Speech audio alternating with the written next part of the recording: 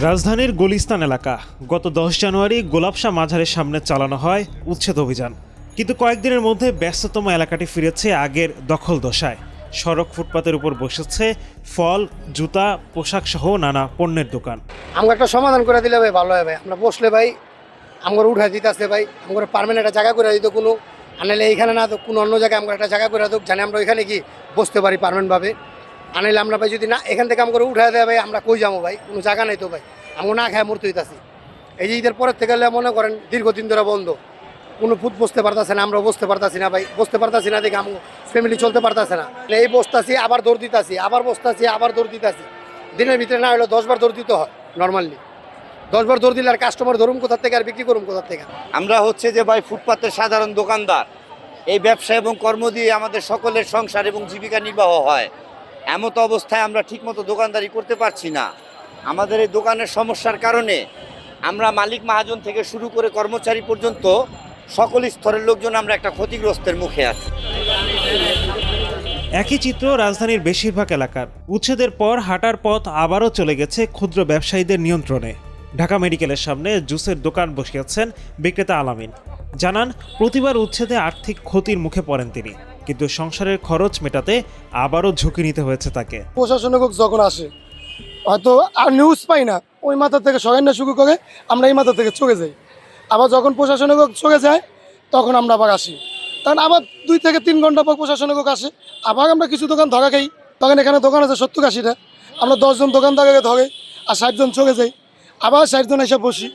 এইভাবে দিন যেতেছে আমাদের প্রত্যেকটা সময়, মানে একটা দোকানদারের পার ডে 2 থেকে 3 হাজার টাকা খরচ হইতেছে। এই যে আমাদের যে উচ্ছেদ করে দিল, আমার তো একটা স্থান করে দিতে হইব, নাহলে আমরা কি করে রাখামো? আমরা এই দেশের নাগরিক, সরকার যদি আমাদের মুখের দিক না তাকায়, আমাদের ভোটটা তো তারা আমরা দিচ্ছি, তার কাছে তো আমরা কিছু দাবিদার আছি, তো এই দাবিদার থেকে আমাকে উচ্ছেদ করতেছে কারণটা কি? আমরা কি অপরাধটা করছি? এখন কি আমরা চুরি ডাকাতি ছিনতাই করে রাখাবো না মাদক বিক্রি করে রাখাবো? উচ্ছেদের পর ফুটপাত দখল হয়ে যাওয়া নিয়ে উঠেছে নানা প্রশ্ন। ক্ষতিগ্রস্তরা বলছেন, তাদের পুনর্বাসনের উদ্যোগ না নিয়ে এভাবে অভিযান চালানোর কোনো যৌক্তিকতা নেই। আমরা যদি দোকানটা না করতে দেয়, তা আমরা চুরি ছাড়া আর কোনো বাউ নেই। ওইলে চাকু ধরে টাকা লইতে হইব, যে কোনো সিস্টেম করে টাকা লইতে হইব। আজকে লাখ লাখ টাকা থাকতো পজিশন দোকান লইতাম, টাকাও নাই পজিশন দোকান লইতে পারে। পুলিশে ধরে লয়ে যা, পুলিশে উড়ায় লয়ে যা, ফুট থাকবো না, ফুট দিব না।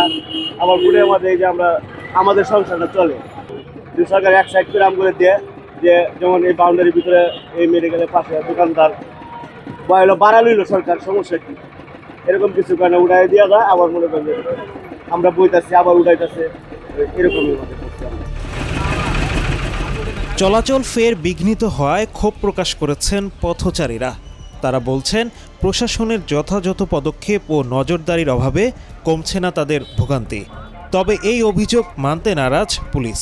আমাদের ফলো আপ অভিযান অব্যাহত আছে। আমরা বিভিন্ন জায়গায় ইতিমধ্যে বেশ কিছু স্থানে পুনরায় ভেন্ডরদের বসার পরিস্থিতি দেখে আমরা সেখানে পুনরায় অভিযান পরিচালনা করেছি এবং সামনের দিনগুলি আমরা ফলো আপে রেখেছি। সেখানে যেখানে প্রয়োজন পড়বে সেখানে আমরা অভিযান পুনরায় পরিচালনা করব। বারবার উচ্ছেদ অভিযান, আবারও ফিরে আসা, এই চক্র থেকে বের হতে চান হকাররা। তাদের দাবি, স্থায়ী পুনর্বাসন ছাড়া এই সমস্যার সমাধান আসলেই সম্ভব নয়। এখন দেখার বিষয়, সংশ্লিষ্ট কর্তৃপক্ষ কতটা দ্রুত স্থায়ী এবং টেকসই সমাধানে পৌঁছাতে পারে। Adnan Delwar, the business standard, Dhaka.